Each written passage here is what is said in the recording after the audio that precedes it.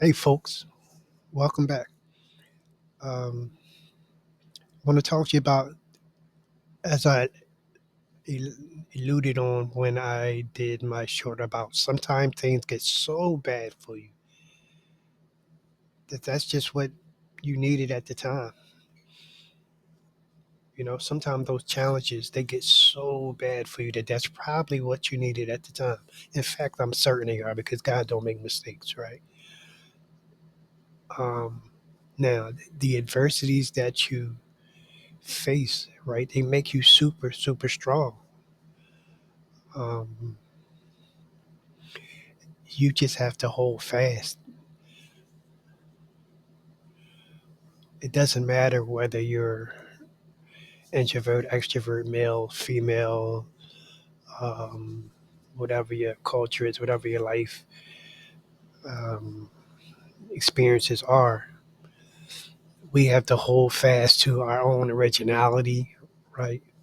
We have to stay different. We have to be different. Um, we have to uh, st- stand strong in our individuality.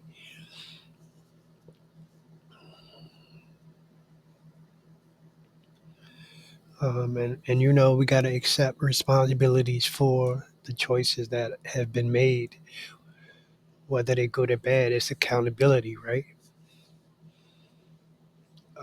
And that's why I stand on faith because whether it's a good decision or a bad one, um,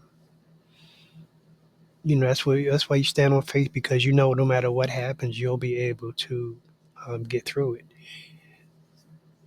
No matter what happens, you're being promised that you'll be able to get through it, no matter whether it's extremely bad or extremely good. You'll make it through it. When you don't have it all together. And like I said before, this is where you meet God at. You, this is where God talks to you at when you're in trouble. When there's quietness and there's things going on in your life that is is movement in your life. Um, where things are not going as planned. This is where you meet God at. This is where those conversations happen. They happen in moments of reflection and silence. Um, yeah, so whatever the case may be, we have to accept responsibility for it, right? And then go out here in this world and just keep on keeping on. We have to continuously be individuals. We have to fight for individuality. Nowadays, um, if you think if you think different than the majority is thinking, then it's a problem, and that creates a even worse problem for an introvert who already is having challenges with social interactions and stuff. It's already a problem. Um, if you get to the age that I'm at, you pretty much should have these things um, locked down and figured out. But if you don't, man, we must lean on each other. Um, when I talk to you from a place that most of you have never been. I looked on the internet. I haven't seen everything on the internet, but I haven't seen me. So therefore, you haven't seen me. And no matter where you come from, what your background is, or whatever is going on in your life, you, because we share that introversion, we might not share other life experiences. We might not share um, a lot of life experiences, but what we do share is we have a brotherhood of introversion um, that we share no matter what's going on in life.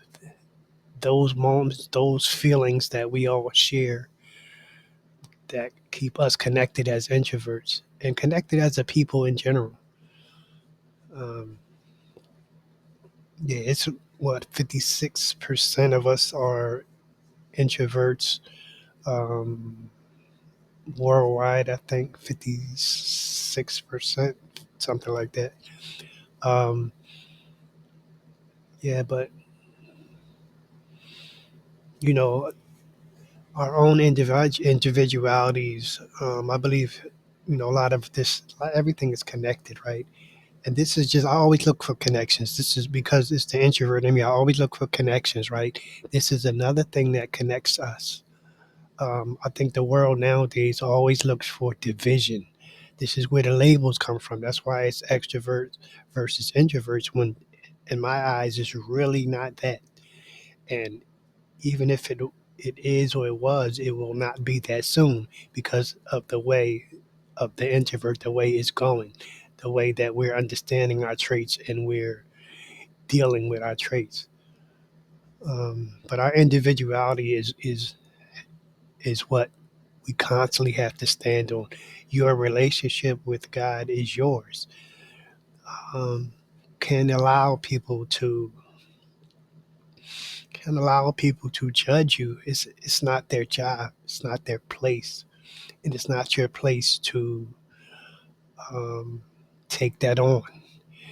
There's enough going on that you don't need the pressure of um, another person telling you how you should be, or telling you that what you are isn't enough or what you are is too much.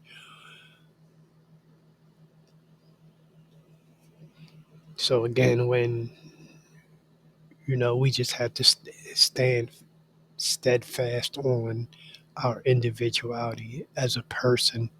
Doesn't matter where you stand at on the spectrum or whatever label was tried they were able to give to you or give to us. One thing is for certain, though. One thing is for certain: you must find that joy. You're only going to find joy in individuality. You can find happiness. You can find that somewhere. You can find happiness in a book, in a thing, in a food, in a person, in a place. You can find happiness, but it's fleeting. Happiness is it's temporary. Temporary. Joy is more. Um, it's more permanent because it comes from within. So it's more permanent, and you only get joy from one place. You can only get joy from one place, and that's through God, Jesus. There's no other joy.